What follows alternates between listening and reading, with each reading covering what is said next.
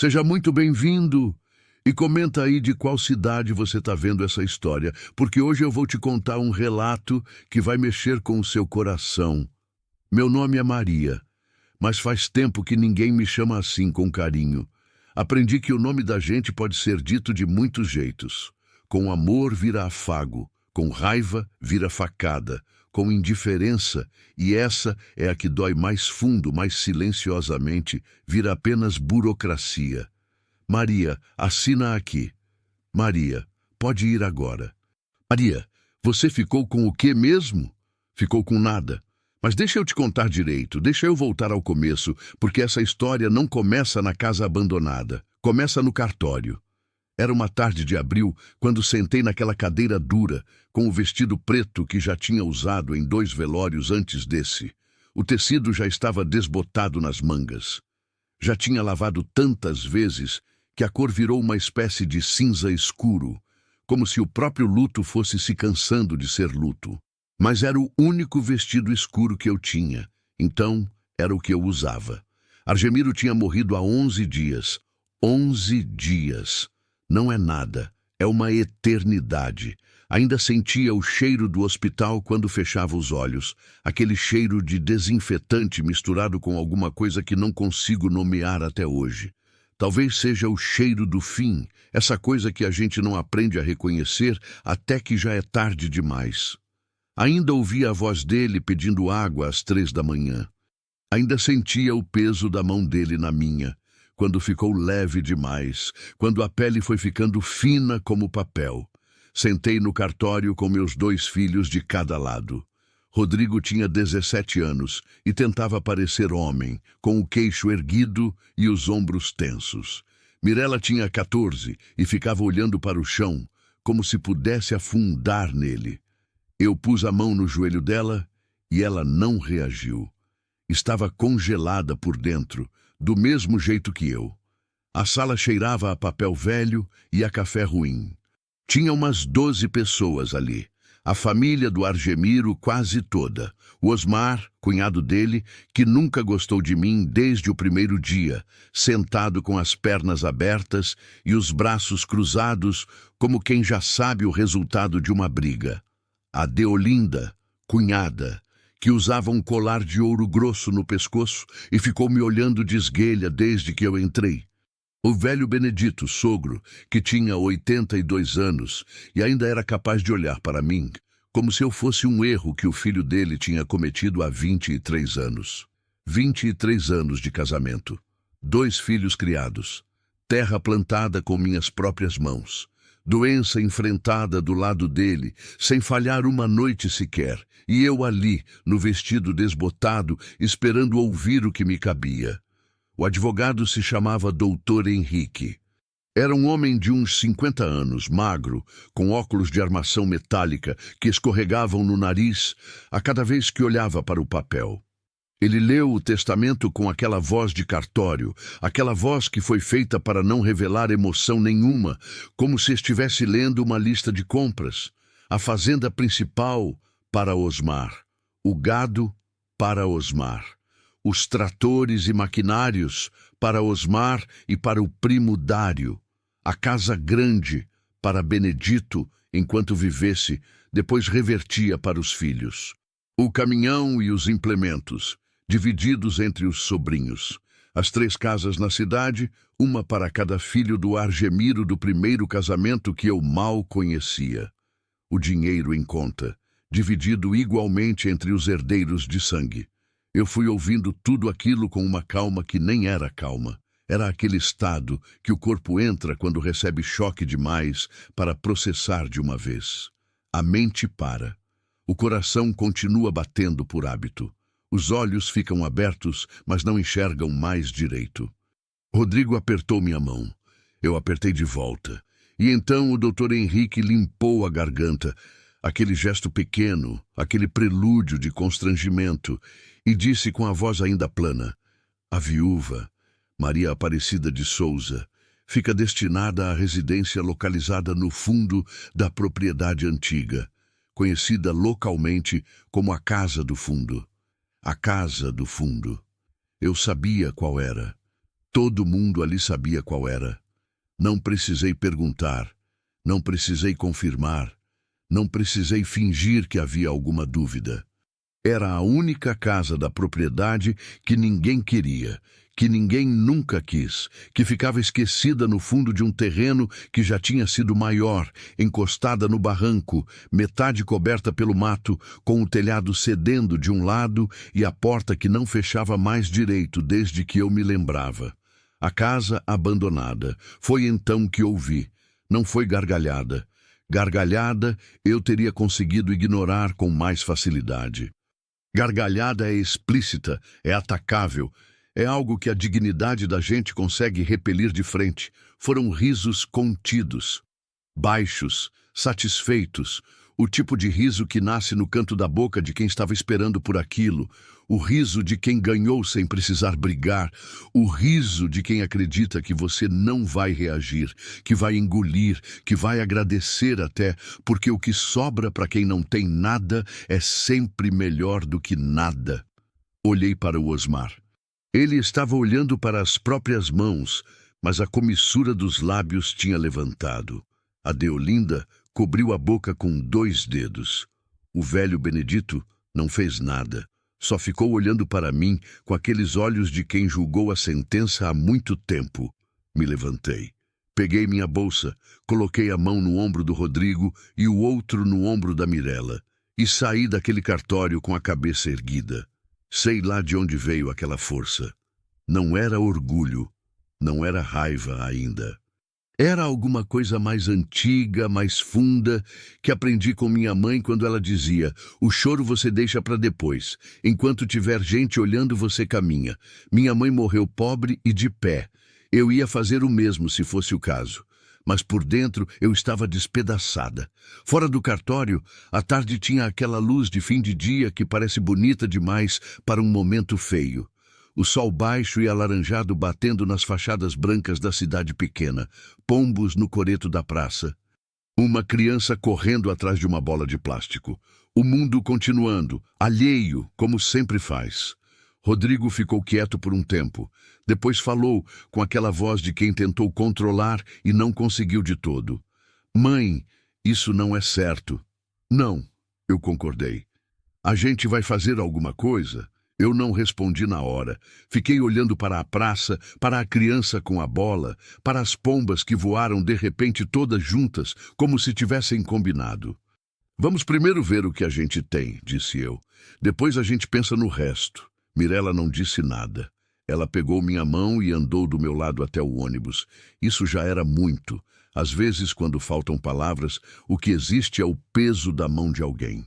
E é suficiente. Naquela noite dormi na casa de uma vizinha que me cedeu um quarto por alguns dias, enquanto a situação se resolvesse. Deitei no colchão fino e fiquei olhando para o teto até às 3 da manhã. Fiz as contas. Tinha R$ 420 guardados num envelope dentro da Bíblia. Era tudo. Não tinha conta bancária com saldo. Não tinha nenhum bem no meu nome. Não tinha família próxima para pedir socorro. Minha irmã morava em outro estado e tinha uma vida tão apertada quanto a minha. Minha mãe já tinha morrido. Meu pai nunca apareceu muito. Tinha 2 filhos. Tinha a casa abandonada. E tinha as mãos. Fechei os olhos e tentei lembrar do rosto do Argemiro sem o rosto de hospital. Tentei lembrar do rosto dele mais jovem, quando a gente se casou, quando ele tinha cabelo e dentes bons e ria de um jeito que dobrava o canto dos olhos. Tentei lembrar das manhãs em que a gente tomava café na varanda e ele não precisava dizer nada. Eu não precisava dizer nada. Era só o silêncio bom de quem dividiu a cama e a vida por tempo suficiente para não precisar preencher o ar com palavras. Por que você não me avisou? Pensei. Por que você foi embora sem me preparar? Mas essa pergunta não tem resposta. Nunca tem. Então parei de fazer. E decidi que no dia seguinte eu ia para a casa abandonada ver o que havia me sobrado. Eles me deram o que ninguém queria. Eu ainda não sabia que era exatamente o que eu precisava. Fim do capítulo 1. O capítulo 2 está pronto para ser escrito. Deseja que eu continue? Continue, 19:26, capítulo 2. A casa que ninguém queria. Fui no dia seguinte. Não porque eu estava pronta. Fui porque ficar não era opção, e adiar dói mais do que enfrentar. Aprendi isso cedo, ainda criança, quando minha mãe dizia que curativo arrancado devagar dói o dobro. Então eu arranco rápido. Sempre arranco rápido. O sol ainda estava baixo quando saí. Rodrigo quis vir comigo. Eu disse que fosse, mas que não esperasse nada. Mirela ficou na casa da vizinha, deitada de lado na cama, com o rosto virado para a parede. Ela estava assim desde o velório. Comia pouco, falava menos. Eu deixava, porque sabia que o luto de cada um tem o seu ritmo. E forçar a abertura antes da hora é como arrancar planta antes de enraizar. Só machuca. Caminhamos uns 20 minutos pela estrada de terra até a entrada da propriedade antiga. O portão principal estava fechado com corrente nova, corrente que o Osmar tinha mandado colocar em menos de 48 horas após a leitura do testamento. Rápido assim, como quem já estava com o cadeado na mão antes do papel ser lido. Havia um caminho lateral, mais estreito, que desviava pela cerca velha e ia dar no fundo do terreno. Era por ali que se chegava na casa do fundo sem precisar passar pela propriedade principal. Eu conhecia o caminho. Tinha passado por ele algumas vezes ao longo dos anos, levando água para um funcionário que morava por aquelas bandas numa época, mas nunca com o pensamento de que aquele desvio, um dia, seria a entrada da minha vida. A estrada lateral era capim alto dos dois lados. Tinha espinho. Tinha lama de uma chuva de 2 dias atrás, que ainda não tinha secado bem. Meu sapato, que já estava com a sola fraca, encharcou antes da metade do caminho. Rodrigo abriu passagem com um galho comprido que encontrou no chão, afastando o capim para mim, sem que eu pedisse. Olhei para ele de lado e pensei, esse menino vai ser um homem bom. O Argemiro teria ficado orgulhoso. Engoli aquele pensamento antes que virasse choro. Quando a casa apareceu no fim do caminho, eu parei. Não sei bem por que parei. Acho que precisei de um segundo para ver antes de começar a fazer. Ver de verdade, sem filtro, sem esperança e sem desespero. Só ver o que estava diante de mim. Era pequena. Menor do que eu lembrava, ou talvez o mato em volta fizesse ela encolher. Uma construção de pau a pique e tijolo, misturado sem muito critério, com uma varanda estreita na frente que tinha 2 dos 3 pilares tortos. O telhado de telha colonial tinha pelo menos 4 buracos visíveis dali de onde eu estava, e em 2 deles já tinha mato crescendo dentro, como se a natureza tivesse começado a engolir o que o homem abandonou. As janelas eram 2, uma de cada lado da porta, e as 2 estavam sem vidro, com apenas restos de madeira podre nas molduras. A porta estava fechada, mas o trinco estava solto, oscilando com o vento. O mato no entorno chegava na minha cintura. Urtiga, capim-navalha. Aquela erva de folha larga que coça quando toca na pele, tudo crescido junto, tudo misturado, como se a terra tivesse decidido reconquistar o que era dela. Rodrigo ficou quieto ao meu lado. Depois disse, com a voz baixa, cuidadosa: "Mãe, eu sei", respondi. "É muita coisa para fazer." "É", concordei. "Então a gente começa pelo começo." Entrei primeiro. A porta cedeu com um empurrão e um rangido comprido, daquele rangido que parece reclamação, como se a madeira estivesse protestando contra a perturbação de anos de silêncio. Dentro estava escuro, porque as janelas, mesmo sem vidro, tinham o mato do lado de fora cobrindo quase toda a abertura. Entrou um fio de luz pela porta, e eu fiquei parada até os olhos se acostumarem. Sala pequena. Chão de tábua corrida, com algumas tábuas levantadas nas pontas, cheias de cupim por baixo. Uma parede com uma mancha enorme de umidade, daquelas manchas escuras que sobem do rodapé e vão crescendo como mapa de lugar nenhum. No canto, um fogão de lenha velho, com a boca aberta e cinza velha dentro, cinza que devia ter anos. Uma mesa de madeira com 3 pernas boas e uma quebrada, apoiada num tijolo. 2 cadeiras, uma delas tombada no chão. Cheirava a terra molhada, a madeira podre e a algo que não conseguia identificar de imediato. Mais tarde perceberia que era cheiro de animal, de algum bicho que tinha morado ali e foi embora ou tinha morrido dentro. Fui até o que era a cozinha, separada da sala por uma parede de meio tijolo. Tinha uma pia de cimento sem torneira. Tinha uma prateleira de madeira com 2 potes de barro sem tampa e uma caixinha de metal enferrujada. No chão da cozinha, um buraco onde o cimento tinha cedido, mostrando a terra vermelha embaixo. 2 quartos, ambos pequenos, ambos sem nada além de paredes descascadas e chão de terra batida. Num dos quartos, uma janela que dava para os fundos tinha as tábuas da moldura completamente apodrecidas, e pelo buraco dava para ver o quintal dos fundos. Mais mato, mais terra, uma goiabeira velha com fruta madura caindo sem que ninguém colhesse. Parei na goiabeira. Olhei para ela por um tempo. Tinha fruta. Terra fértil. Água de chuva que acumulava num ponto mais baixo do quintal. Era pouco, mas era alguma coisa. Voltei para a sala. Rodrigo estava agachado no chão, examinando uma tábua. Bateu o nó dos dedos nela, depois em outra, ouvindo o som. Cupim na maioria, disse ele, mas as do meio parecem mais firmes. Quando você aprendeu a distinguir cupim? Perguntei. Ele deu de ombros. Papai me ensinou a bater e ouvir o som. Disse que madeira boa é cheia. Madeira com cupim é oca. Fiquei quieta ouvindo isso. Fiquei quieta porque o Argemiro estava morto há menos de 2 semanas e já estava nos gestos do filho, na memória dos dedos de um menino de 17 anos que aprendeu a bater em madeira e ouvir o que ela diz.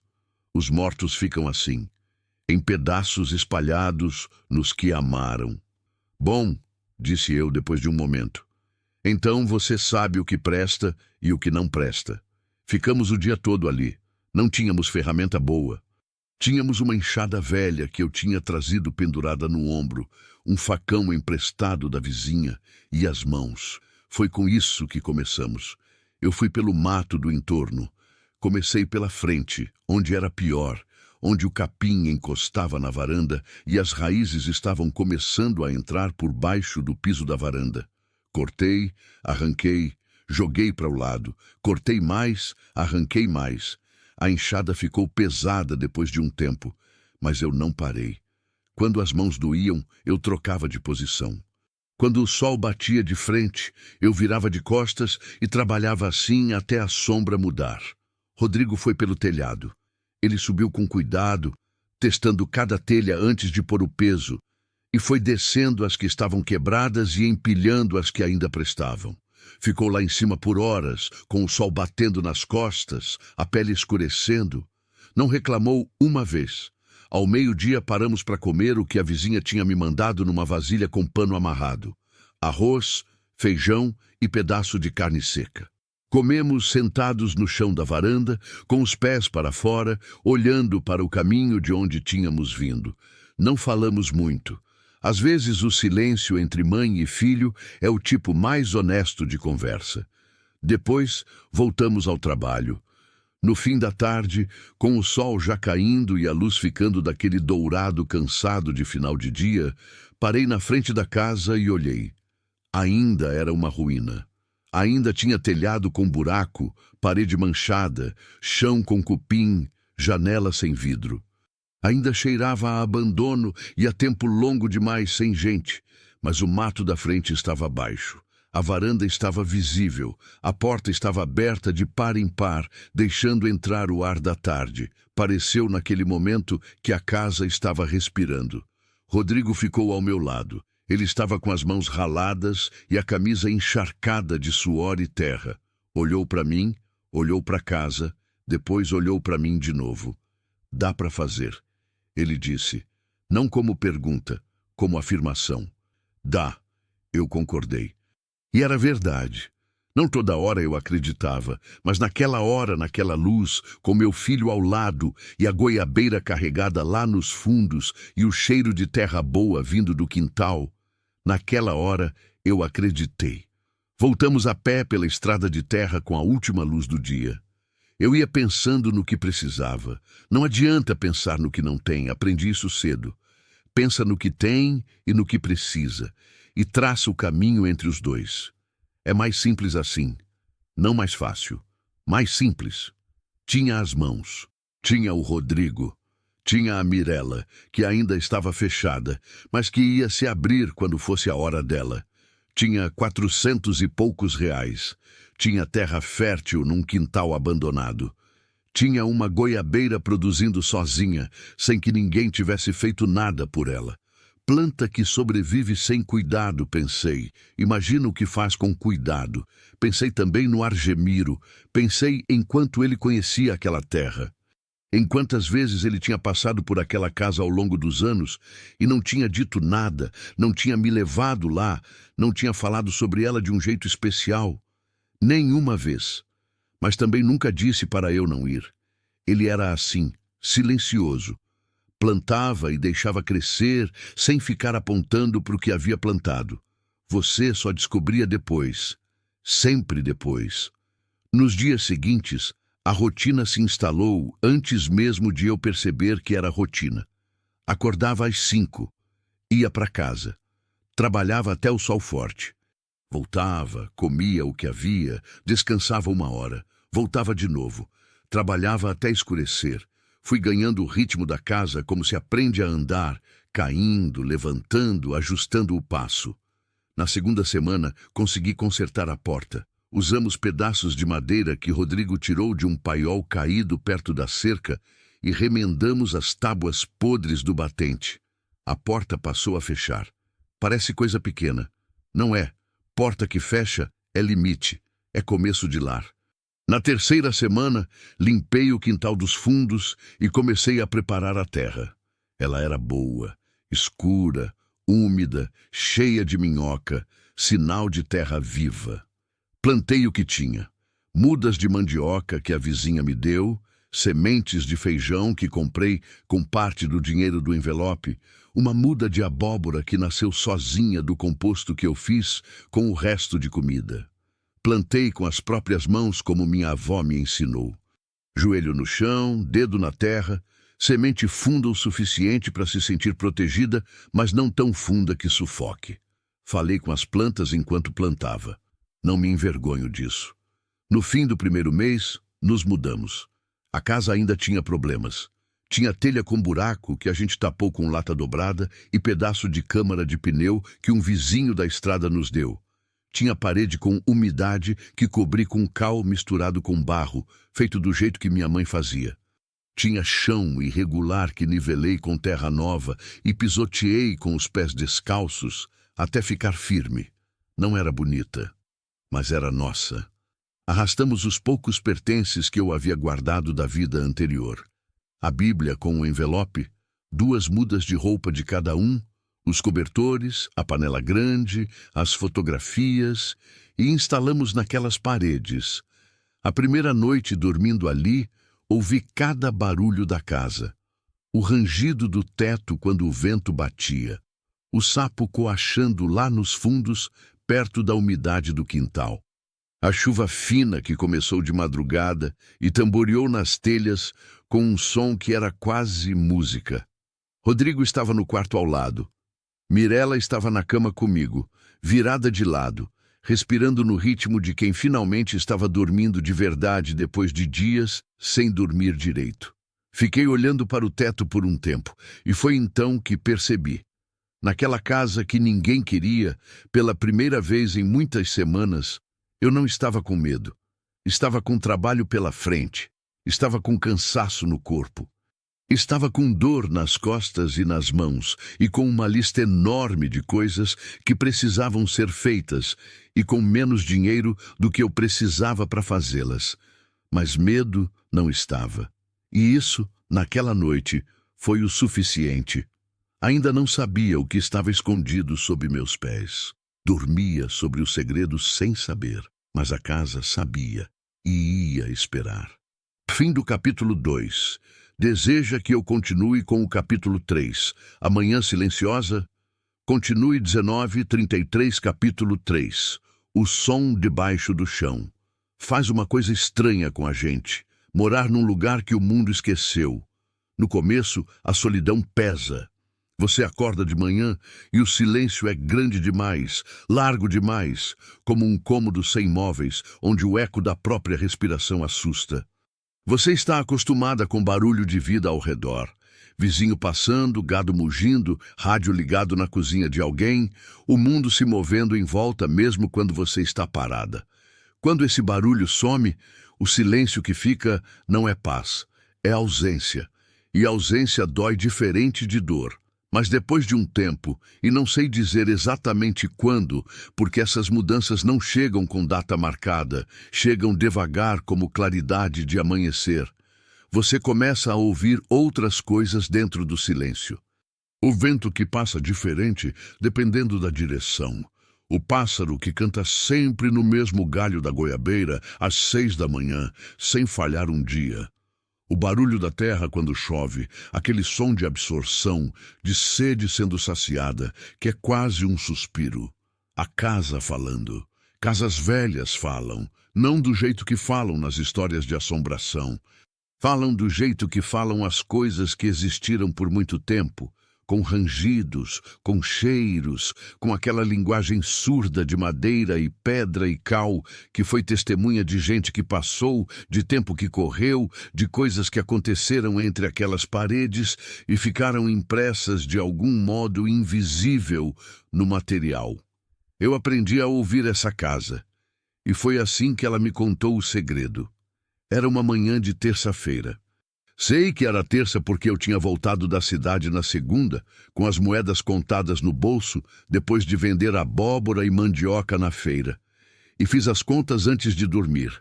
Dava pro feijão, dava pro óleo, não dava pro sabão, ia ter que usar cinza de novo por mais uma semana. Deitei com isso na cabeça e acordei na terça com aquela clareza cansada de quem dormiu o suficiente para o corpo descansar, mas não o suficiente para o pensamento parar. Rodrigo tinha saído cedo para ajudar num serviço de cerca no sítio de um vizinho, 2 quilômetros adiante. O homem pagava em comida e, às vezes, em trocado. Era o que havia. Mirela estava no quintal, colhendo o feijão que tinha dado antes do esperado. A terra boa faz isso, adianta o tempo das coisas. Eu estava varrendo a sala, vassoura de palha que eu mesma tinha trançado, do jeito que minha avó me ensinou quando eu tinha uns 10 anos e achei que nunca ia precisar saber fazer isso. A vida tem ironia. A vida tem paciência para esperar a gente engolir o orgulho de achar que certas coisas nunca vão ser necessárias. Varria devagar, porque varrer rápido num chão de tábua levanta poeira que demora para assentar e você termina com mais sujeira do que começou. Varria em passadas longas, empurrando a poeira em direção à porta, prestando atenção no chão, nos cantos, nas frestas entre uma tábua e outra, onde se acumula areia e farelo de madeira velha. Foi na 4ª ou 5ª passada de vassoura que a ponta da palha bateu numa tábua e produziu um som diferente. Parei. Não foi nada dramático. Não foi aquele momento de revelação que aparece nos filmes, com música crescendo e luz mudando. Foi apenas um som ligeiramente diferente dos outros, e eu parei porque sou do tipo que presta atenção em diferença. Sempre fui. Talvez por necessidade, talvez por natureza. Não sei distinguir mais entre as duas coisas em mim. Bati a vassoura de novo na mesma tábua. O som era oco. Bati na tábua ao lado, cheio. Bati de volta na primeira. Oco. Fiz o que o Rodrigo tinha me ensinado sem querer, repetindo o que o Argemiro tinha ensinado a ele. Agachei, cerrei o punho e bati com o nó dos dedos. Tábua com madeira boa e chão embaixo produz um som surdo, compacto. Tábua com cupim produz um som oco e farelento. Mas esse som não era de cupim, era de espaço, de vazio. De alguma coisa que não era a terra embaixo. Fiquei agachada por um longo momento, com os joelhos no chão e a palma da mão espalmada na madeira, como se pudesse sentir o que havia embaixo só pelo tato. Meu coração estava batendo mais forte. Notei isso com certa distância, como quem observa o próprio corpo de fora. Está batendo mais rápido. Por quê? Não sabe o que é ainda. Pode ser nada. Provavelmente é nada. Mas o coração não quis ouvir o raciocínio. Continuou batendo acelerado. Passei os dedos pela tábua, devagar, da ponta a ponta. E então senti uma fresta, reta demais para ser acidente. Fresta de madeira velha que trabalhou com a umidade, tem formato irregular, ondulado, segue o grão. Essa era reta, reta como corte feito com intenção. Passei o dedo ao longo da linha. Ela continuava. Dobrava em ângulo reto, continuava de novo, um retângulo. Alguém tinha cortado aquela tábua e encaixado de volta. Alguém tinha feito uma tampa. Me levantei. Fui até a cozinha. Peguei a faca de cabo de osso, a maior que eu tinha, a que usava para cortar abóbora e carne de vez em quando. Voltei para a sala. Ajoelhei de novo. Enfiei a ponta da faca na fresta reta e tentei fazer força. A madeira não cedeu. Era pesada. Ou estava presa por algo embaixo, ou o encaixe era mais preciso do que parecia, ou os anos de umidade e pressão tinham soldado a tampa no lugar como se nunca tivesse sido separada. Tentei de novo, mais força, inclinando a lâmina. A faca escorregou e arranhou minha mão. Uma risca fina de sangue apareceu na palma esquerda. Parei. Respirei. Olhei para a mão. Depois olhei para a tábua. Pensei, pode ser nada. Pode ser uma fresta antiga, uma emenda mal feita, um lugar onde trocaram uma tábua podre por outra e o corte ficou assim. Pode ser que você está aqui no chão com a mão sangrando por uma fresta velha sem significado nenhum. Mas aquele retângulo era preciso demais e aquele som era oco demais. E alguma coisa, não sei dar nome mais bonito do que isso, alguma coisa não me deixava parar. Fui até o quintal. Peguei o pé de cabra enferrujado que estava encostado na parede dos fundos, aquele que tínhamos encontrado na primeira semana dentro de um monte de ferramentas velhas e inúteis, e guardado, porque com ferramenta velha você nunca sabe. Voltei para a sala. Enfiei a ponta chata do pé de cabra na fresta mais longa, a que eu tinha identificado como a lateral do retângulo, e fiz pressão devagar, com cuidado, tentando não estragar a madeira além do necessário. Não por sentimentalismo, mas porque aquelas tábuas ainda eram o meu chão e eu precisava delas. A madeira gemeu, um som longo, tenso, como quem resistiu por muito tempo e está chegando no limite. Fiz mais pressão, o gemido aumentou. E então, com um estalo seco que ecoou pela sala vazia, a tampa levantou. Fiquei parada. O coração agora batia tão forte que eu o ouvia nas têmporas. Embaixo da tampa havia um vão. Não era profundo, uns 40, 50 centímetros. Mas era largo, todo revestido de pedra encaixada, pedras chatas e lisas dispostas com cuidado, como quem fez aquilo planejando que durasse. E no centro do vão havia uma arca, de madeira escura, pesada, dava para ver pela espessura das tábuas, com duas dobradiças de ferro que tinham enferrujado, mas ainda estavam firmes, com um fecho também de ferro, fechado, mas sem cadeado. Fiquei olhando para ela por um tempo que não sei medir. Depois chamei. Mirela. Minha voz saiu estranha, seca, diferente. Ela não respondeu de imediato. Chamei de novo, um pouco mais alto. Mirela, vem aqui. Ouvi os passos dela vindo do quintal, a porta dos fundos abrindo, os passos na cozinha. Ela apareceu na entrada da sala com o avental cheio de feijão e a expressão de quem veio esperando tarefa. Olhou para mim, olhou para o chão aberto, olhou para a arca. Por um momento, nenhuma das duas disse nada. Então Mirela, que tinha ficado em silêncio por semanas, que tinha respondido tudo em monossílabo desde o velório, que eu estava com medo de que estivesse se fechando num lugar de dentro de onde não voltaria tão cedo. Mirela falou. O que é isso, mãe? Não sei ainda, respondi. Vai abrir? Olhei para ela, olhei para a arca, olhei de volta para ela. Vou, disse. Desci no vão com cuidado. Não era fundo, mas era apertado. E o cheiro que subiu quando a tampa levantou era de terra velha, de ar que ficou preso por muito tempo.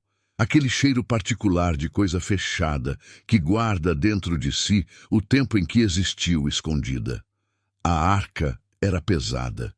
Tentei deslizar pelo vão e não consegui. Mirela desceu também e juntas conseguimos inclinar e depois erguer até a boca do buraco, onde apoiamos numa das tábuas do lado de fora. Ficamos ajoelhadas de cada lado dela. O fecho de ferro estava enferrujado, mas não trancado. Passei o polegar sob a lingueta e forcei. Resistiu. Forcei mais. Cedeu com um clique metálico que soou naquele silêncio da sala vazia como um disparo. Levantei a tampa da arca. O que havia dentro não era o que eu esperava. Não que eu soubesse o que esperar.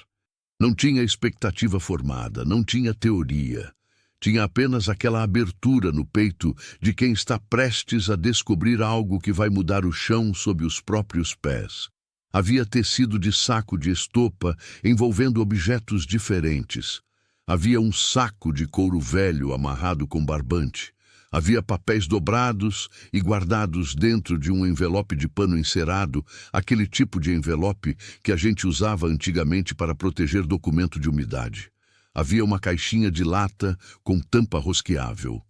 E havia, por cima de tudo, uma carta fechada num envelope comum, com meu nome escrito na frente. A letra era do Argemiro. Eu reconhecia aquela letra de longe. Aquelas letras grandes no começo de nome, aquele S diferente que ele fazia desde menino, aquele jeito de escrever M que parecia sempre estar com pressa de acabar. Eu tinha lido aquela letra em bilhetes deixados na mesa da cozinha, em listas de compras, em uma carta de amor que ele me escreveu quando ficamos separados por 3 meses, porque ele foi trabalhar no norte e não tinha telefone. Guardei aquela carta por anos. Ainda sei partes de cor. Era a letra dele, na minha mão, depois que ele tinha morrido. Mirela estava olhando para mim. Eu estava olhando para o envelope. Não sei quanto tempo passou assim. Então ela colocou a mão no meu ombro, aquele gesto simples, aquele peso pequeno, e disse baixinho: "Pode abrir, mãe." Abri. A carta não era longa. Argemiro nunca foi homem de muitas palavras escritas. Falava com as mãos, com o trabalho, com a presença.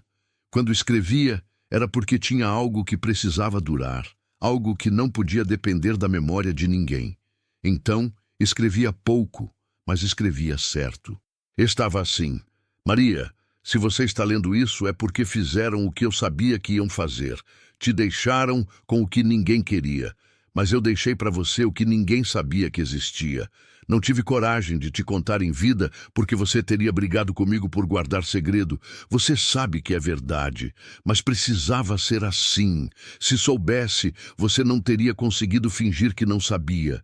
E precisava fingir porque eles estavam de olho. Dentro dessa arca tem o que é seu por direito. Terras registradas no seu nome, documentos em ordem, dinheiro guardado aos poucos ao longo de anos e provas. Você vai precisar de um advogado bom, não do barato, do bom. Você vai ter recursos para pagar. Confiei que você acharia. Nunca duvidei. Cuida dos meninos. Argemiro. Dobrei a carta, coloquei no colo. E fiquei ali, ajoelhada no chão de tábua da casa que ninguém queria. No silêncio daquela manhã de terça, com o sol entrando pela janela sem vidro e a goiabeira lá fora carregando sem que ninguém tivesse pedido. Mirela não disse nada. Eu não disse nada.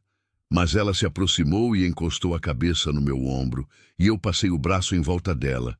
E ficamos assim por um tempo longo, as duas, mãe e filha, com a arca aberta na nossa frente e a vida inteira prestes a mudar de direção. Chorei. Chorei de um jeito que não chorava desde o velório.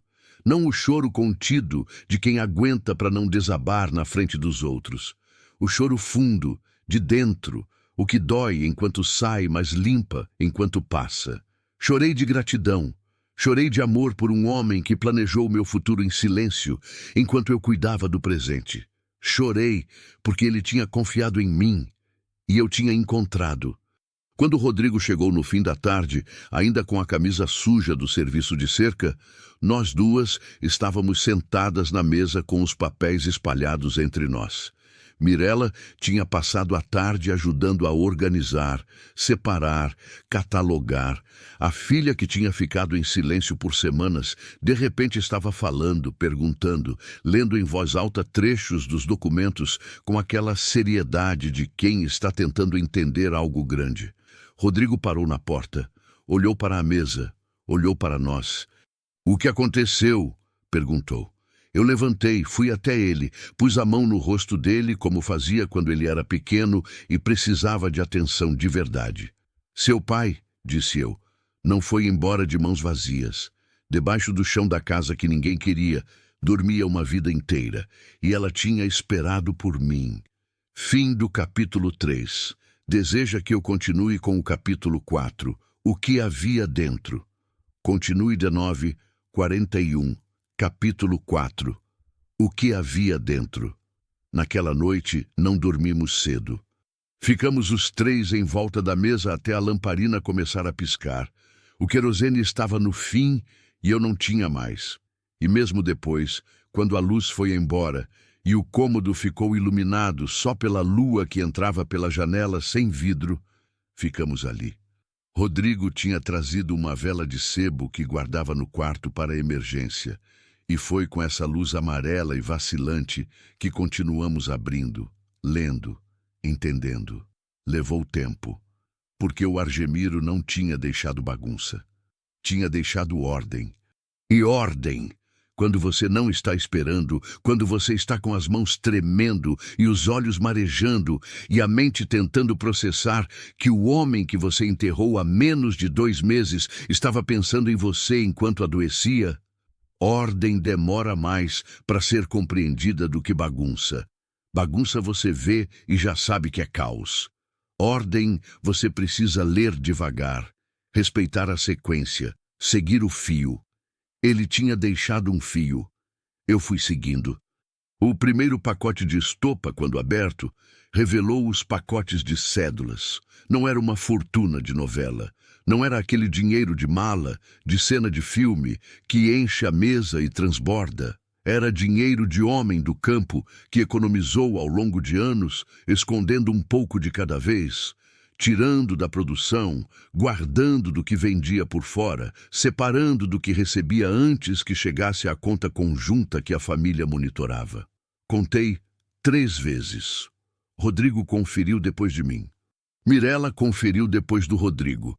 Os 3 chegamos no mesmo número. Era suficiente para pagar um advogado bom por vários meses. Era suficiente para comprar o que precisávamos para a casa sem contar moeda. Era suficiente para os filhos voltarem para a escola sem que eu passasse noite acordada pensando em como ia pagar o material. Não era fortuna, era fôlego. Às vezes fôlego é tudo o que você precisa para continuar nadando. O saco de couro velho eu abri com mais cuidado, porque estava mais pesado do que parecia e eu não sabia o que era.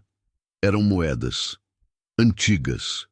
Moedas de ouro pequenas, algumas maiores, de datas diferentes. Algumas com caras de imperadores que eu reconheci de livro de história, que o Rodrigo tinha usado na escola. Outras com inscrições que não soube decifrar na hora. Tinham aquele peso específico das coisas que sobreviveram tempo demais. Não o peso do tamanho, mas o peso da história. O peso de ter passado por mãos que já viraram pó. Rodrigo pegou uma e examinou à luz da vela. "São antigas de verdade", disse ele. "De imperador. Do avô dele", falei. Ele me contou uma vez, anos atrás, que o avô tinha guardado moedas do tempo do Império. Eu pensei que fosse conversa de velho.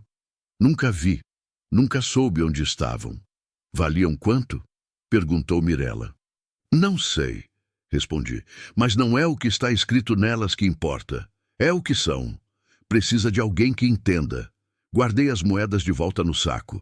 Fechei o saco com cuidado, coloquei no centro da mesa onde eu pudesse ver. A caixinha de lata era a que eu menos esperava. Dentro dela havia um papel dobrado em 4, escrito à mão pelo Argemiro, com uma lista. Uma lista de nomes, datas e valores. Eram registros de transações que ele tinha documentado ao longo de anos. Compras feitas em nome da família que nunca tinham sido declaradas como parte da herança coletiva. Terras adquiridas e registradas em nome de terceiros para desviar do inventário. Valores movimentados entre contas que não batiam com o que era apresentado nos documentos oficiais. Era a prova de que o Osmar e o velho Benedito tinham escondido o patrimônio da família por anos. De que o testamento que me deixara com a casa abandonada era apenas a última camada de uma fraude que vinha sendo construída há muito mais tempo. Fiquei olhando para aquela lista por um tempo longo. O Argemiro tinha sabido e não tinha confrontado. Não tinha brigado, não tinha ido ao cartório, não tinha chamado advogado, não tinha feito o que qualquer pessoa com raiva faria. Porque sabia que, se confrontasse, colocariam tudo no nome de outro, moveriam, esconderiam melhor, e no fim ele ficaria com nada e mais a inimizade declarada. Então fez diferente. Ficou quieto, documentou, guardou e deixou para mim. Deixou para mim junto com a confiança de que eu saberia o que fazer.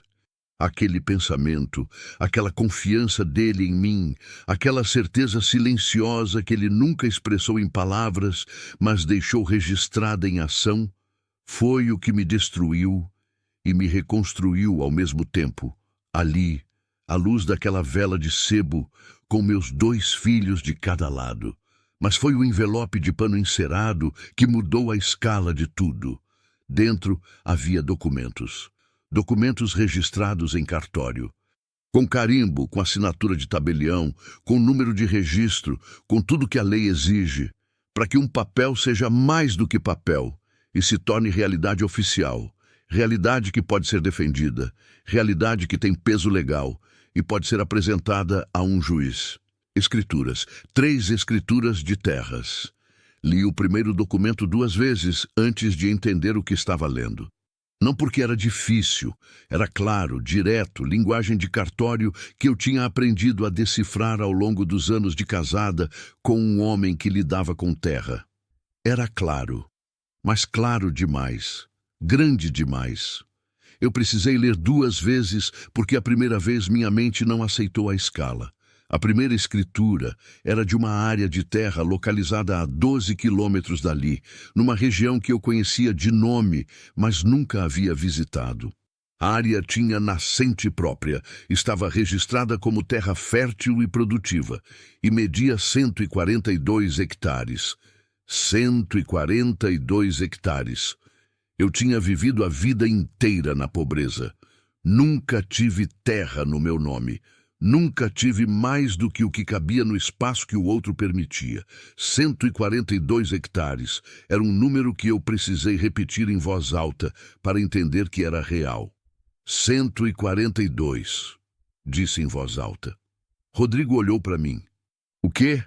A terra, falei. 142 hectares. Ele pegou o documento das minhas mãos. Leu. Releu. Ficou quieto por um momento e depois assentiu com a cabeça devagar, como quem está processando e não quer deixar escapar nada. A segunda escritura era de uma área menor, 48 hectares, numa outra localização, com registro de que havia uma represa natural no terreno. Represa significa água. Água significa vida, significa produção, significa valor que não depende de chuva. A terceira escritura era diferente das outras. Não era terra de campo, era terra com benfeitorias. Uma fazenda pequena, com sede, curral, paiol e casa de trabalhador, tudo registrado.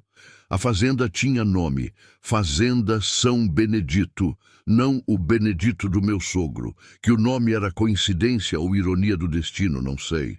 63 hectares. Com registro de que havia reflorestamento iniciado em parte da área, com espécies nativas, o que atribuía valor adicional, segundo uma anotação que o Argemiro tinha grampeado por fora do documento, com letra dele, explicando o que eu deveria saber. Ele havia explicado, havia deixado nota, havia pensado em cada coisa que eu poderia não saber e deixado instrução. Esse homem silencioso que eu chamei de marido por 23 anos. Mirella foi a primeira a falar, depois de um silêncio longo. Pai fez tudo isso, disse ela. Não era pergunta. Fez, respondi. Sozinho? Sozinho. Ela ficou olhando para os papéis espalhados na mesa, para a vela queimando, para as moedas no saco de couro, para o dinheiro empilhado com cuidado, para a lista de provas na caixinha de lata, para as 3 escrituras que juntas somavam mais de 250 hectares de terra no meu nome. Ele sabia que ia morrer? Perguntou ela com a voz baixa, cuidadosa, como quem pergunta, mas já tem medo da resposta. Fiquei em silêncio por um momento. Eu acho, disse eu devagar, que ele sabia que era possível. E quando você tem filhos, quando você tem alguém que depende de você, possível é suficiente para você agir. Ela assentiu. Depois colocou a cabeça na mesa e chorou. Não o choro contido que ela tinha carregado desde o velório. O choro que abre o que estava fechado. O choro que dói, mas que é o começo de passar. Eu pus a mão nas costas dela e deixei. Rodrigo olhou para mim por cima da cabeça da irmã. Ele tinha os olhos vermelhos, mas estava de queixo erguido, com 17 anos, segurando um peso de homem que ainda estava aprendendo a ser. Eu fiz um gesto pequeno com a cabeça, um aceno que dizia, você está indo bem, pode continuar. Ele fechou os olhos por um segundo. Depois, abriu e ficou ali. Mais tarde, quando Mirella tinha adormecido na cadeira e Rodrigo foi deitar, reorganizei tudo sozinha. Voltei a dobrar cada documento com cuidado. Voltei a colocar no envelope encerado. Fechei a caixinha de lata. Amarrei o saco de couro. Dobrei as cédulas e acomodei de volta no pano de estopa. Pus tudo dentro da arca, mas não desci a arca de volta ao vão. Deixei no centro do quarto meu. Coloquei a cama encostada nela. E deitei com a mão tocando a madeira, como quem dorme de lado, segurando a mão de alguém. Não dormi por um bom tempo. Fiquei pensando no que vinha pela frente. Porque eu sabia, mesmo naquela alegria funda que estava tentando encontrar caminho dentro de mim, que o que estava guardado naqueles papéis não era vitória ainda, era possibilidade de vitória, era munição, era ferramenta. Mas ferramenta sem quem saiba usar não constrói nada. Eu precisava de advogado. Advogado bom, como o Argemiro tinha escrito. Não o barato, o bom. E eu sabia, pelo que estava no mundo, que advogado bom não vinha fácil, não vinha sem resistência, não vinha sem que eu tivesse que entrar por porta que nunca foi aberta para mim, sentar em cadeira onde mulher pobre do campo não senta com frequência, falar a língua de um mundo que passou a vida inteira me dizendo que não era o meu. Sabia também que o Osmar e a família, quando soubessem que eu estava me movimentando, não iam ficar parados, nunca ficam. Quem acumula poder por anos desenvolveu o instinto de se defender do poder. E o instinto deles ia disparar assim que eu desse o primeiro passo. Ia ser difícil, ia ter ameaça, ia ter pressão, ia ter dias em que eu ia querer desistir. Pensei em tudo isso deitada no escuro, com a mão na arca e a casa respirando em volta de mim. E então pensei no Argemiro, naquele homem que passou anos construindo em silêncio, que não reclamou, que não desabafou, que foi plantando pedaço por pedaço de futuro sem que eu soubesse, confiando que quando chegasse a hora eu ia estar pronta, que eu ia encontrar, que eu ia saber o que fazer. Fechei os olhos e decidi que eu ia honrar aquela confiança. Na manhã seguinte, acordei antes do sol. Fiz fogo no fogão de lenha. Botei água para esquentar. Enquanto esperava, sentei na soleira da porta da frente e fiquei olhando para o amanhecer, chegando devagar sobre o campo. O céu foi passando de preto para roxo escuro. depois para azul de madrugada, depois para aquele laranja riscado que antecede o sol. O pássaro da goiabeira cantou no horário dele, pontual como sempre. E eu pensei, eles me deram essa casa achando que era castigo, mas castigo não tem nascente própria. Castigo não tem terra fértil nos fundos. Castigo não tem segredo embaixo do assoalho, esperando pela pessoa certa. Eles me deram o que ninguém queria. E estava exatamente o que eu precisava. Tomei meu café, chamei meus filhos e disse: hoje a gente vai à cidade. Preciso achar o melhor advogado que existe nessa região.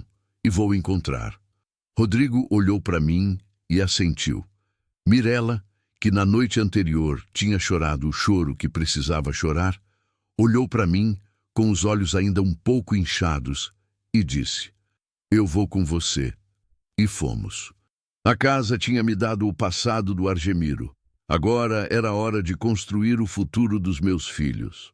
Fim do capítulo 4. Deseja que eu continue com o capítulo 5. O enfrentamento. Continue 1944, capítulo 5. O enfrentamento. A cidade ficava a 7 quilômetros. Eu conhecia cada metro daquele caminho de cor. Conhecia a pedra solta no 3º quilômetro que virava armadilha na chuva. Conhecia a sombra da mangueira grande que aparecia no 5º quilômetro e onde eu sempre parava para recuperar o fôlego quando ia a pé carregando peso. Conhecia o cachorro que latia atrás da cerca de arame no sítio do seu Gilberto, que latia bravo, mas nunca avançava, que era todo barulho e nenhuma ação, como muita gente que eu conhecia. Dessa vez não fomos a pé. Paguei a carona num caminhonete que passava pela estrada e cobrou R$ 3 por pessoa. Foi a primeira vez em semanas que eu gastei dinheiro sem contar 2 vezes antes. Sentei no banco da frente com a bolsa no colo e a bolsa tinha dentro dela o envelope com os documentos mais importantes, selecionados na noite anterior com cuidado, os que eu precisaria mostrar sem precisar mostrar tudo de uma vez. Aprendi isso com o Argemiro também, sem que ele precisasse ensinar com palavras. Você não mostra todas as cartas na primeira mão. O doutor Evaristo Menezes tinha escritório numa rua lateral da Praça Central, num sobrado velho de janelas verdes que eu tinha passado em frente centenas de vezes sem nunca entrar. Não era o advogado mais famoso da cidade. O mais famoso era o doutor Cláudio, que tinha cartaz na entrada do fórum e carro importado e que representava as famílias grandes da região. Inclusive, soube depois, a família do Argemiro em questões anteriores. Esse eu não podia nem tentar. O doutor Evaristo, eu ouvi falar de uma mulher na feira, meses antes, quando ainda estava sobrevivendo de abóbora e feijão e não tinha dinheiro nem para sonhar com advogado. Ela tinha dito, sem estar falando para mim especificamente, falando para outra mulher enquanto pesava um quiabo. O único que não tem medo de encarar os grandes por aqui é o Evaristo, mas ele cobra caro e não aceita caso que não vai ganhar. Guardei o nome. Não sabia por que naquela época. Agora sabia. A secretária era uma mulher jovem, com expressão de quem avalia visualmente antes de decidir se abre a porta. Olhou para mim, para Mirela, para Rodrigo, olhou para minha roupa, o vestido azul desbotado, o melhor que eu tinha que não era preto.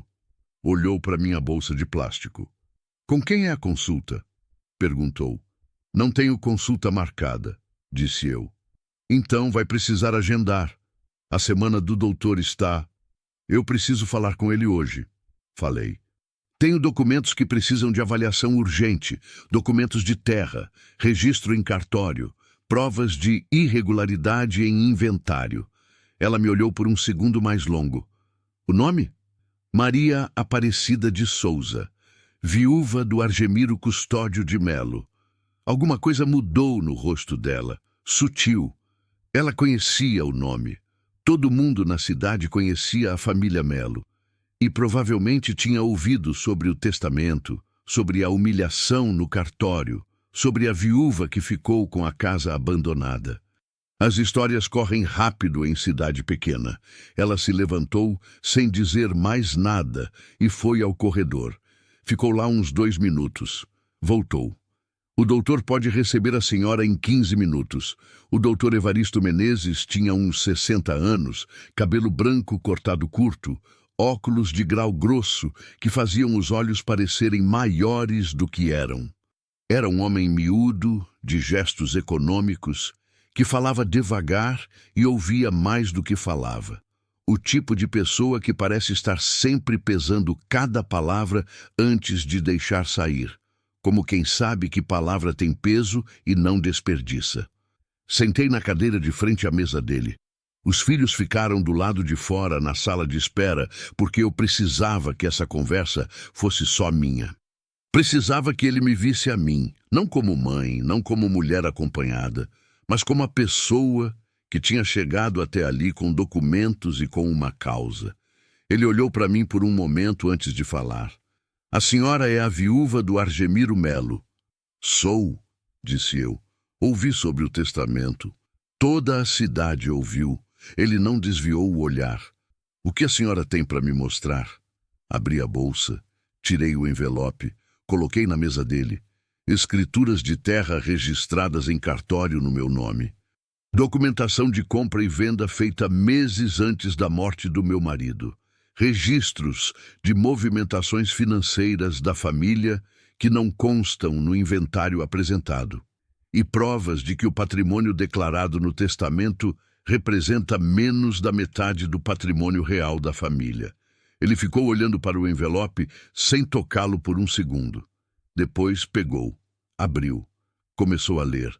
Fiquei quieta. Não falei, não me mexi. Aprendi que há momentos em que o silêncio é a coisa mais inteligente que você pode oferecer. Quando você já disse o que tinha que dizer e o que vem a seguir depende do outro processar. Ele leu por uns 20 minutos. Passou de um documento para o outro com metodologia, sem pressa, voltando atrás algumas vezes para confirmar algum detalhe, colocando alguns de lado e relendo outros. De vez em quando fazia uma anotação rápida num bloco amarelo ao lado.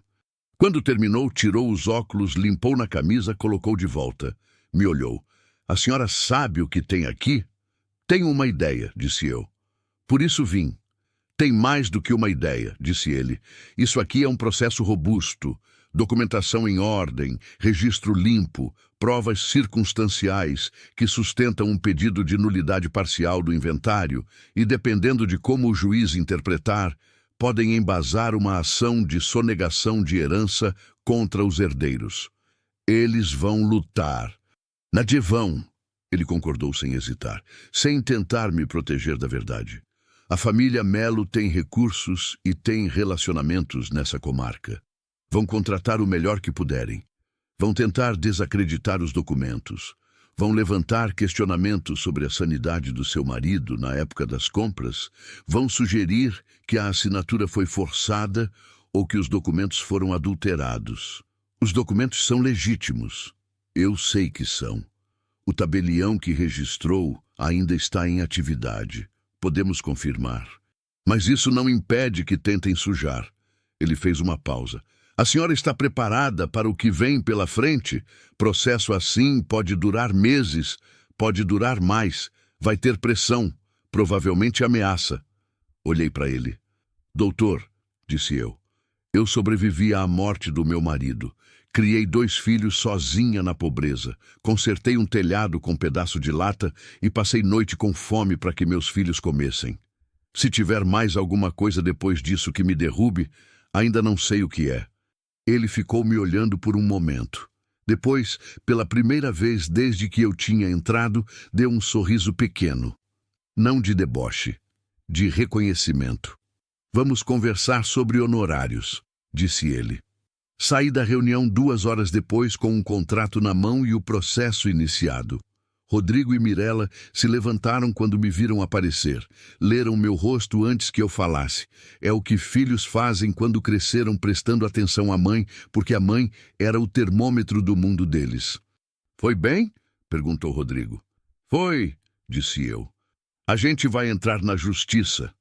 Mirela fechou os olhos por um segundo. Quando abriu, tinha uma firmeza no olhar que eu não via desde antes do velório. Quando começa? Já começou.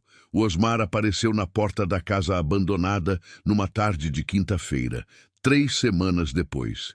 Eu estava no quintal, transplantando mudas de tomate que tinham nascido no canteiro de germinação que eu tinha improvisado com caixote de madeira e terra peneirada.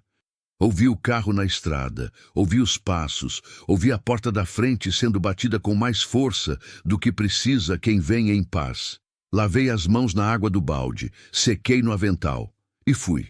Ele estava na varanda, de camisa social aberta no colarinho, com aquela postura de quem está acostumado a ter mais espaço do que os outros ao redor, aquela maneira de ficar de pé que ocupa mais do que o necessário, como quem aprendeu desde cedo que espaço é poder e que poder se demonstra também com o corpo.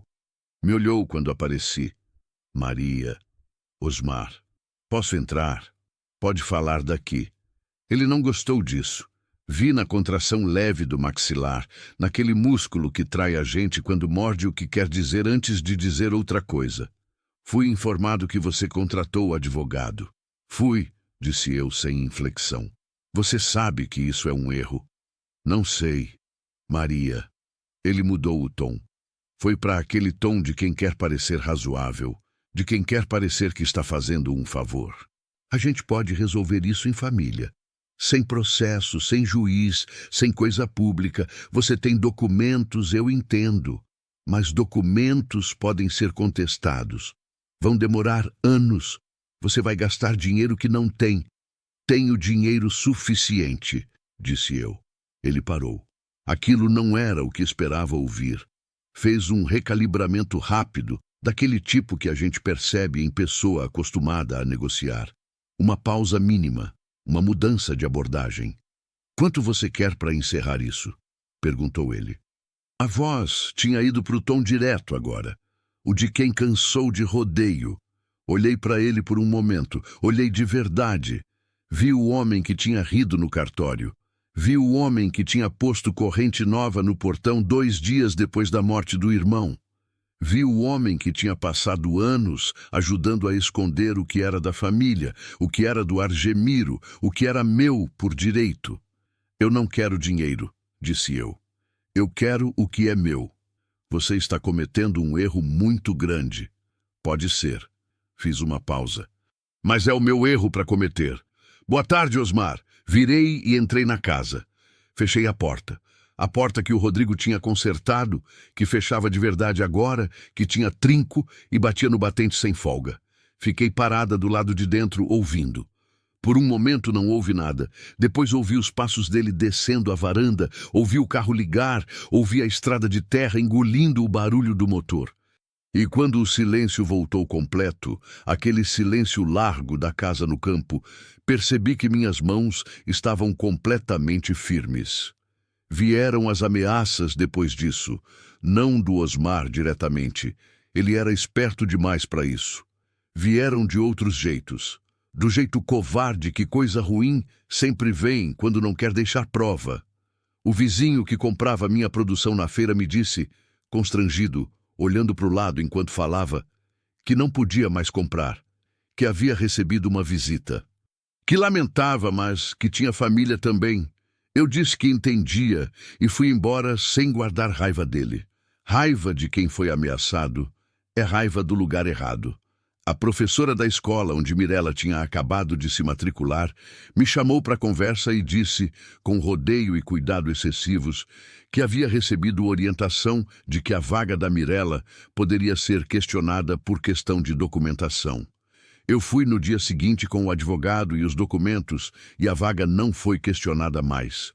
Alguém jogou uma pedra na janela da sala às 3 da manhã.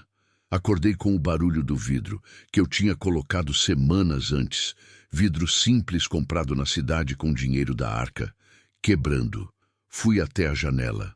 Não havia ninguém. Só a noite e o campo, e o sapo nos fundos continuando a coachar como se nada tivesse acontecido. Na manhã seguinte, varri os cacos. Tapei a abertura com madeira enquanto providenciava vidro novo. E continuei. O processo andou. Doutor Evaristo era o que havia me dito que era, sem medo. Entrou com documentação completa, pediu perícia no tabelionato para confirmação das assinaturas, requereu que o tabelião que tinha registrado as escrituras prestasse declaração. O tabelião confirmou. Era homem velho, aposentado há 2 anos, que não tinha mais nada a dever a ninguém, e que, quando foi chamado, disse a verdade com a serenidade de quem sabe que verdade é o único negócio que vale a pena no fim. A família contratou 2 advogados. Tentaram o que o doutor Evaristo tinha previsto. Levantaram questão sobre a sanidade do Argemiro, apresentaram um atestado médico de médico que eu nunca tinha visto tratar do meu marido, com data que não batia com nada. O doutor Evaristo derrubou com o prontuário real do hospital, onde o Argemiro tinha sido atendido, com data e assinatura do médico que eu conhecia, que tinha me ligado quando a situação piorou. Tentaram dizer que eu tinha pressionado o Argemiro a assinar em momento de vulnerabilidade. O doutor Evaristo apresentou declaração de 2 testemunhas. Vizinhos que tinham tido negócio com o Argemiro no período das compras, que atestaram que ele estava lúcido, comunicativo e que havia tratado das transações com a normalidade de sempre. Tentaram questionar os documentos da caixinha de lata, dizendo que eram falsificados. O doutor Evaristo solicitou perícia grafológica. A perícia confirmou que a letra era do Argemiro. A tinta era de caneta fabricada anos antes. O papel tinha a oxidação natural de documento com a idade que aparentava. Cada pedra que jogavam, o doutor Evaristo devolvia transformada em muro. Houve uma audiência, meses depois do início do processo. Eu tinha que estar presente. Acordei às 4 da manhã naquele dia. Fiz meu café devagar. Sentei na soleira da porta e fiquei olhando o campo escuro se abrindo aos poucos com o amanhecer, o mesmo ritual que tinha virado hábito nos meses desde que tinha chegado à casa abandonada. Pensei no Argemiro. Pensei em quanto ele teria gostado de estar ali. Não pela batalha. Ele nunca gostou de batalha. Era homem de plantar e colher, não de brigar. Mas estaria ali do mesmo jeito, do lado de fora, talvez encostado no batente, tomando café, olhando para o campo, aquele silêncio bom dele que não era ausência, mas presença de um tipo diferente. Senti falta dele de um jeito que não diminui com o tempo. Aprendi que saudade de verdade não diminui. Você é que vai crescendo ao redor dela, vai construindo vida maior em volta e a saudade fica do mesmo tamanho que sempre foi. Só vai sendo proporcional menor conforme você cresce. Mas quando você para, quando você senta sozinha às 4 da manhã, ela está lá do tamanho que sempre foi. Não chorei. Terminei o café. Me vesti com a roupa que tinha separado na noite anterior. Uma blusa azul escura que a Mirella tinha achado numa troca de roupas na escola, calça preta, sapato fechado que eu tinha comprado no mercado da cidade. Não era roupa de rica. Era roupa de mulher que se preparou para ser levada a sério. Chamei meus filhos. E fomos. O fórum tinha aquele cheiro de papel e de instituição, de lugar que existe para decidir coisas e que carrega o peso de todas as decisões que já foram tomadas entre aquelas paredes. Sentei ao lado do doutor Evaristo. Do outro lado da sala, o Osmar. 2 advogados, o primo Dário e o velho Benedito, que tinha vindo de Bengala e que me olhou quando entrei com aqueles olhos que julgaram em silêncio por 23 anos. Eu olhei de volta. Não desviei. Aprendi que quem desvia o olhar primeiro entrega alguma coisa. Não entreguei. A audiência durou 4 horas. Não vou detalhar cada minuto porque quem viveu sabe que tempo de audiência não passa em ritmo de filme. Passa em ritmo de real. Devagar, burocrático, cheio de linguagem técnica e procedimento, e pausa e espera. O que ficou foi o momento em que o juiz pediu que as partes fizessem suas considerações finais. O advogado da família falou por 15 minutos, com voz segura e vocabulário de quem estudou para impressionar. O doutor Evaristo falou por 8 minutos, mas quando terminou, havia um silêncio diferente na sala. O tipo de silêncio que fica quando alguém disse a verdade sem ornamento. O juiz olhou para os papéis por um momento, depois olhou para mim. Não sei o que ele viu. Sei o que eu estava sentindo, que era aquela calma estranha que vem depois de meses de luta, quando você finalmente chegou na hora que não podia apressar. O juiz disse que a sentença seria publicada em data a ser informada. Levantei. Saí pela mesma porta que tinha entrado, com a cabeça no mesmo lugar onde sempre esteve. A sentença viria, e com ela o fim de uma história, e o começo de outra. Fim do capítulo 5. Deseja que eu continue com o capítulo 6. A colheita. Continue 19:47. Capítulo 6. A colheita. A sentença demorou 43 dias para sair.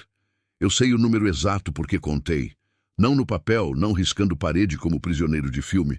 Contei porque cada manhã que eu acordava e o dia começava sem notícia, era um dia que eu arquivava, que eu dobrava e guardava, que eu transformava em trabalho para não virar ansiedade. Aprendi cedo que espera sem ocupação enlouquece. Então eu ocupava. Plantei naqueles 43 dias. Plantei milho na área maior do quintal, aproveitando que a terra tinha descansado o suficiente e que as chuvas de novembro estavam chegando com regularidade. Plantei couve e cebolinha no canteiro de beira da cerca, que recebia sol da manhã, mas ficava na sombra do meio-dia em diante. Plantei mudas de limão-cravo que um vizinho da estrada me deu porque tinha excesso e transplantei para um canto do terreno onde a terra era mais solta e eu tinha visto que a água da chuva drenava bem. Plantei e esperei. A terra e eu estávamos no mesmo ritmo naqueles dias. A ligação do doutor Evaristo veio numa manhã de quarta-feira, cedo, antes das 8. Eu estava no quintal. Rodrigo foi me chamar correndo, com o celular dele na mão estendida. Ele tinha comprado um aparelho simples, com o primeiro dinheiro que juntou dos serviços de cerca. E eu tinha o número dele como contato do escritório, porque ainda não tinha telefone próprio. Peguei o aparelho. Dona Maria. A voz do doutor Evaristo era a mesma de sempre, aquela voz medida que não revelava antes da hora. A sentença saiu. Fechei os olhos por um segundo. E, favorável, integralmente, fiquei em silêncio. Ele continuou. O juiz reconheceu a validade das escrituras e a legitimidade dos documentos apresentados. Determinou a retificação do inventário para inclusão dos bens omitidos. As terras estão confirmadas em seu nome. A ação de sonegação de herança foi acolhida parcialmente, o que significa que há responsabilidade civil dos herdeiros omissos. Pausa. É uma vitória completa, Dona Maria. Fiquei olhando para o canteiro de couve na minha frente, para as folhas verdes abertas e firmes no sol da manhã, para a terra escura em volta das raízes, para o sereno que ainda estava nas pontas das folhas, que ia secar quando o sol subisse mais, mas que por aquele momento estava ali, brilhando. Obrigada, doutor, disse eu. A voz saiu inteira, sem tremer. Não porque eu não estava sentindo tanta coisa ao mesmo tempo que não sei se tinha nome para tudo. Estava sentindo porque aprendi que certas vitórias pedem silêncio antes de pedir grito, e aquela era uma delas. Desliguei. Olhei para o Rodrigo, que estava parado ao meu lado com a expressão de quem estava tentando ler o meu rosto. Ganhamos, disse eu. Ele ficou parado por um segundo. Depois fechou os olhos, respirou fundo, e quando abriu tinha aquela expressão que o rosto de menino faz quando recebe notícia grande demais para o corpo conter. Uma mistura de alívio e alegria e dor de tanta coisa represada que escolhe aquele momento para começar a passar. Ele não abraçou. Não era do tipo, nunca foi, E eu nunca forcei porque afeto tem jeito, e forçar jeito que não é do outro é perder o afeto de verdade que existe no jeito que é. Ele apenas assentiu uma vez, firme, com o queixo. O pai sabia, disse ele. Sabia, concordei. Mirella chorou. Chorou na cozinha, encostada na parede, com o avental na frente do rosto. Aquele choro que a gente esconde não porque tem vergonha, mas porque precisa de um pequeno espaço que seja só seu para sentir antes de compartilhar. Eu dei esse espaço. Fiquei do lado de fora da cozinha por uns minutos, ouvindo, esperando. Quando o choro foi diminuindo, entrei. Fui até ela. Ela abaixou o avental do rosto e me olhou com os olhos vermelhos e a expressão de quem acabou de soltar um peso que estava carregando faz tempo. Agora acaba? Perguntou ela. A luta judicial acaba, disse eu. O resto começa. Ela assentiu. Depois estendeu o braço e me abraçou. Ficamos assim por um tempo, mãe e filha, no meio da cozinha pequena, com cheiro de lenha e de terra úmida entrando pela janela. E eu pensei que se o Argemiro estava em algum lugar que permitia ver, estava vendo aquilo. E estava satisfeito. Nos dias seguintes, a notícia correu. Cidade pequena tem ouvido comprido e memória seletiva. Lembra do que humilha mais fácil do que conserta. Mas quando o conserto é grande demais para ignorar, a memória se ajusta. A mulher da banca de pão na feira me parou na rua e disse, com aquele jeito direto de mulher do interior que não tem tempo para rodeio: soube que você ganhou a ação. Bom demais. Aquela família sempre foi muita arrogância. A professora de Mirella me mandou bilhete pela aluna dizendo que a escola estava orgulhosa da família. O vizinho que tinha parado de comprar minha produção por medo apareceu à tarde, cabisbaixo, com um saco de laranja da árvore dele como oferta de desculpa. Aceitei as laranjas e não guardei o rancor. Rancor de quem foi ameaçado não é rancor de verdade, é só medo sobrando no lugar errado. E então, numa manhã, encontrei o Osmar na cidade. Não foi combinado. Estava no mercado pequeno da Rua do Fórum, comprando sal e óleo, quando ele entrou pela porta. Nos vimos ao mesmo tempo. Não havia como desviar. A loja era pequena, havia uma prateleira entre nós e nada mais. Ele estava diferente. Não saberia descrever de outro jeito senão esse, diferente.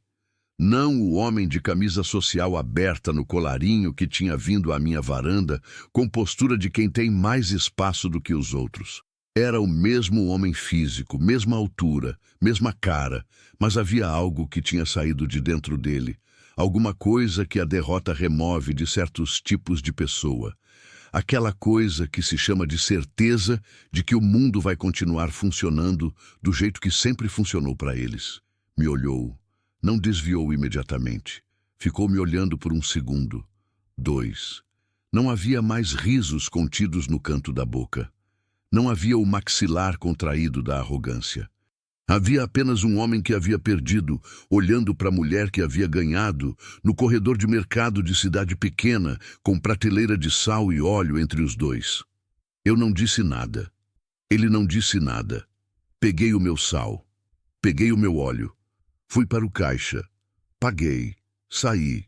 Semanas depois, alguém me disse que o Osmar estava com dívidas na fazenda, que tinha contraído empréstimo para bancar os 2 advogados no processo, que durou mais do que esperava, que a produção do ano tinha sido ruim por causa da seca e que o gado estava sendo vendido aos poucos para cobrir o que devia.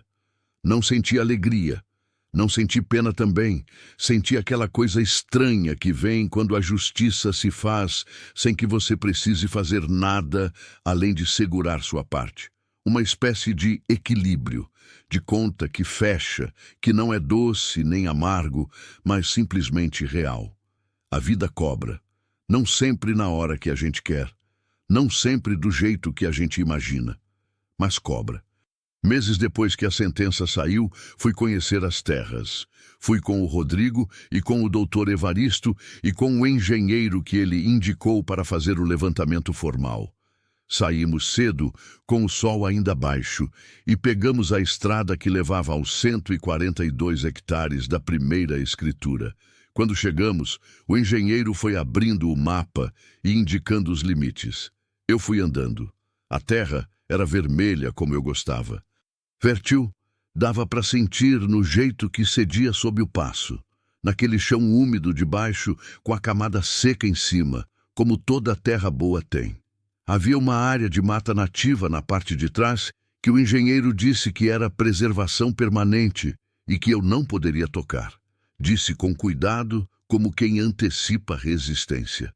Eu disse que não ia tocar, que mata nativa não era obstáculo, era patrimônio. Ele me olhou com aquela expressão de quem não esperava aquela resposta de mulher naquele contexto. Eu deixei ele processar e continuei andando.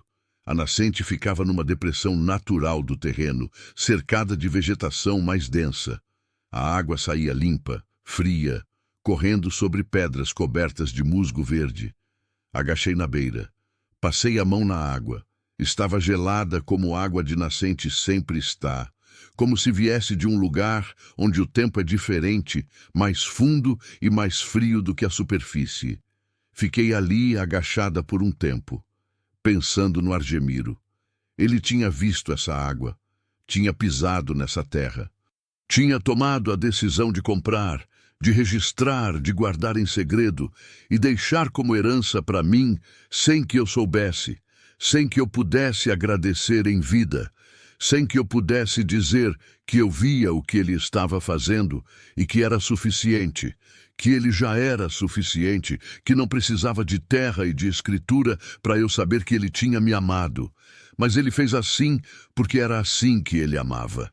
Não com palavras, com ação, com planejamento, com presença que preparava o futuro enquanto vivia o presente. Levantei, sequei a mão na calça, olhei para o horizonte da terra que era minha e disse baixinho para ninguém que estivesse fisicamente ali para ouvir: "Está bom, Argemiro, está bom."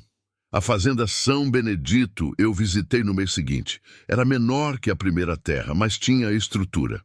A sede precisava de reforma, paredes com infiltração, telhado com problema parecido com o que eu tinha consertado na casa abandonada, cerca em parte caída. Mas a estrutura estava de pé. O curral estava de pé. O paiol estava de pé. Rodrigo andou por cada canto com aquele olhar que ele herdou do pai, aquele olhar que vê o que precisa ser feito sem se paralisar diante do tamanho. Ficou olhando para o curral por um tempo. "Dá para colocar uns 20, 30 cabeças aqui", disse ele. "Com a reforma certa." "Dá", concordei. "Quando a gente começa?" Olhei para ele. 17 anos quando tudo isso começou. Quase 18 agora. Um menino que tinha virado homem num ano que exigiu demais dos dois, que não tinha sido justo no que pediu, mas que também não tinha sido avarento no que ensinou. "Quando você quiser", disse eu. "É sua também." Ele olhou para mim. "Minha, sua e da Mirella. Essa terra e tudo que vier dela. Foi seu pai que deixou, e sou eu que estou passando para frente. É assim que as coisas devem funcionar." Ele ficou quieto por um momento.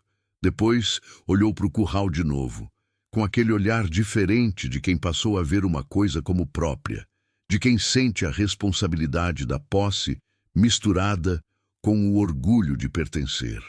"Então, a gente começa pela cerca", disse ele. "Cerca certa primeiro, depois o gado." Seu pai diria a mesma coisa. Eu sei. A casa abandonada continuou sendo meu lar. Isso foi a coisa que mais surpreendeu as pessoas que foram sabendo da história. Esperavam que eu fosse embora, que fosse morar na fazenda, que fosse pegar o dinheiro e comprar casa na cidade, que fosse deixar para trás o lugar que tinha sido associado à humilhação e à pobreza e à luta. Não fui. Reformei. Fiz devagar, ao longo de meses, contratando pedreiro do município quando precisava de mão especializada, fazendo eu mesma o que podia fazer. Trocamos o telhado completo. Telha nova, ripamento novo, estrutura nova. Rebocamos as paredes por dentro e por fora e caiamos de branco. Colocamos piso de cimento queimado na sala e na cozinha, que ficou escuro e fácil de limpar e bonito de um jeito simples e honesto. Fizemos a varanda inteira de novo, com 3 pilares retos e uma mureta baixa de tijolo, onde eu pus vaso de manjericão e hortelã. Ampliei a horta. Coloquei cerca nova ao redor do quintal. Plantei árvore frutífera, manga, acerola, pitanga, em volta da casa, aquelas que demoram anos para dar fruto, mas que quando dão por décadas, aquelas que você planta sabendo que vai colher, mas também sabendo que quem vier depois de você vai colher também. A goiabeira velha continuou no canto onde sempre esteve. Não mexi nela. Ela já tinha provado que sabia sobreviver sozinha, e eu tinha aprendido a respeitar o que sobrevive sem precisar de mim. Mirella voltou a falar do jeito que ela falava antes. Não foi de uma vez, foi voltando, como volta a cor na pele de quem estava anêmico devagar, sem que você consiga apontar o dia exato em que completou. Um dia você olha e percebe que está completo de novo, que o vermelho voltou às bochechas, que os olhos têm brilho, que a voz tem volume. Ela entrou na escola com força naquele ano. Teve nota boa em tudo, mas se apaixonou por biologia de um jeito que foi ficando claro que não era fase. Me disse um dia, sentada na varanda enquanto eu costurava: "Mãe, eu quero estudar agronomia." Olhei para ela. "Agronomia", repeti. "Quero entender a terra do jeito técnico. Quero saber fazer o que você faz, mas com os dois. Com o instinto e com a ciência." Sorri. Não um sorriso largo, daqueles que aparecem para foto. O sorriso pequenininho que vem de dentro, quando algo que você sente, mas não conseguia nomear de repente, encontra a palavra. "Vai estudar", disse eu. "Tem como pagar." Ela assentiu. Depois ficou olhando para o quintal por um momento. "Pai teria gostado de saber", disse ela. "Ele sabe", disse eu. Não sei se acredito nisso de verdade, no sentido literal, mas sei que era a coisa certa de dizer, e sei que quando eu disse, parecia verdade. Dei o nome do Argemiro para a terra. Não para todas. As 3 propriedades juntas virariam um complexo cedo ou tarde, com o plano que eu e o Rodrigo estávamos desenhando, e nome de complexo vinha depois. Mas a primeira terra, a maior, a dos 142 hectares, com a nascente fria e a mata nativa nos fundos, essa eu registrei formalmente com o nome que escolhi sozinha numa manhã, enquanto tomava café na soleira da porta. Sítio Argemiro. Simples assim, sem sobrenome, sem título, só o nome dele, que era o suficiente. O Dr. Evaristo fez uma expressão estranha quando registrei. Não de desaprovação, de surpresa, como quem esperava nome de santo, ou de lugar, ou de coisa, e recebeu nome de pessoa. "É bonito", disse ele. "É quem plantou", respondi. Houve uma tarde, uns 2 anos depois do testamento, em que eu estava sentada na varanda nova, com café na mão, e o sol baixando sobre o campo. Aquela luz que eu aprendi a reconhecer como a mais honesta do dia. Não a beleza fabricada do amanhecer, nem o drama do pôr do sol, mas aquela luz do final de tarde que ilumina as coisas como elas são, sem embelezar e sem distorcer. Pensei no dia do cartório. Pensei no Dr. Henrique limpando a garganta. Pensei nos risos contidos. Pensei em mim saindo com a cabeça erguida e por dentro despedaçada. E pensei no que aquela mulher não sabia ainda, naquele momento. Que embaixo do assoalho da casa que ninguém queria havia uma arca. Que dentro da arca havia um futuro. Que o homem que ela tinha enterrado 11 dias antes havia passado anos construindo aquele futuro em silêncio. Havia confiado nela para encontrar. Havia apostado nela com tudo o que tinha escondido. Ela não sabia que ia encontrar, mas foi. Entrou na casa que ninguém queria e encontrou. Aprendi muita coisa nesse tempo. Aprendi que humilhação não é destino, é apenas um momento que parece definitivo porque dói com a intensidade de coisa definitiva. Aprendi que pobreza pode tirar material, mas não tira o que você construiu por dentro ao longo de anos, o músculo de resistir, a memória de quem sobreviveu antes de você, a capacidade de ver terra fértil onde outros veem abandono.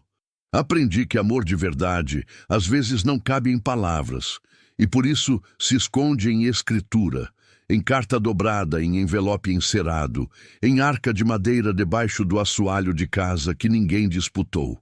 Aprendi que silêncio pode ser força, que caminhar com a cabeça erguida quando você está despedaçada por dentro não é falsidade. É o tipo de coragem que não faz barulho, mas que sustenta tudo o que vem depois. Aprendi que a terra não mente, que planta que sobrevive sem cuidado faz maravilha com cuidado, que nascente não para de correr porque a vida lá em cima está difícil, que você pode estar com fome e com o telhado furado e com os filhos olhando para você esperando que você tenha a resposta.